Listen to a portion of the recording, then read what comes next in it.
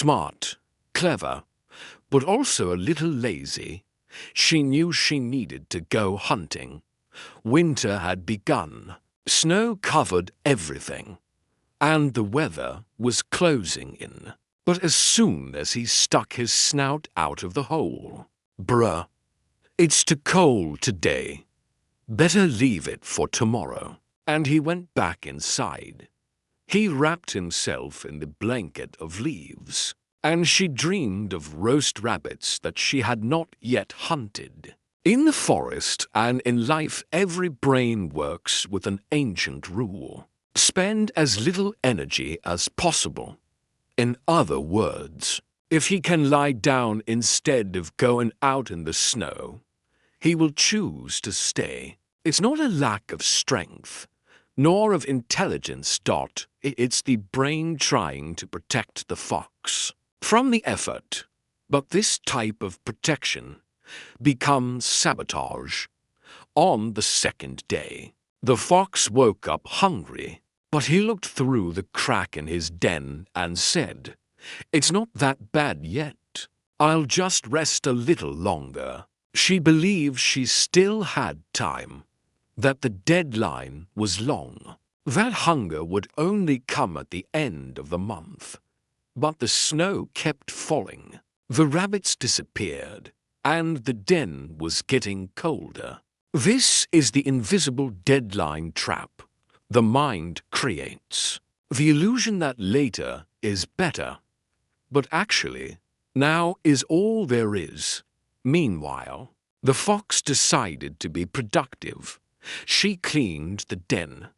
She arranged rocks. She made a list of hunts she intended to do one day. It looked like she was busy, but it wasn't moving forward. It was just busyness, no direction. This is the secret to procrastination.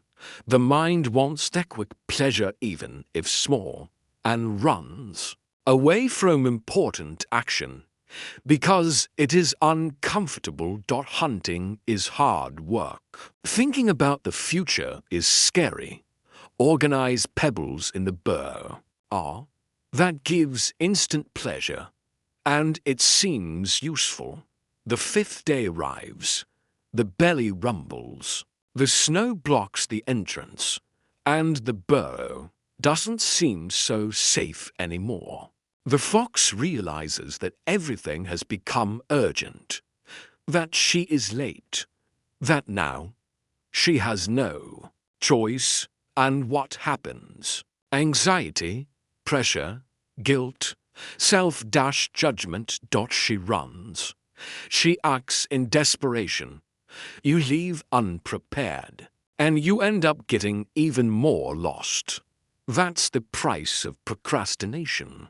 Procrastination turns a common task into an emotional crisis. But the fox is wise. She learns. She observes. She adapts. On the sixth day, she wakes up. The hunger is still there, the cold too. But now, she takes the first step.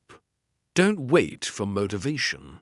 Don't wait for courage. Simply act. Come out of your hole.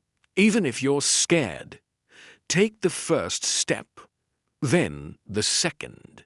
And little by little, confidence returns, because the brain also learns from small victories. The procrastinating mind is not the enemy.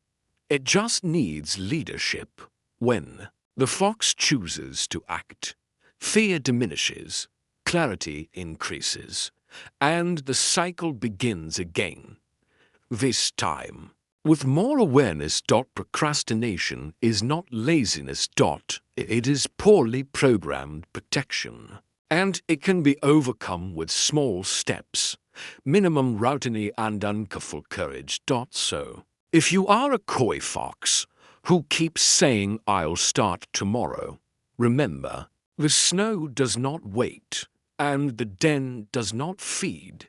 Get up, do the minimum, and keep hunting. The path to clarity always passes through action.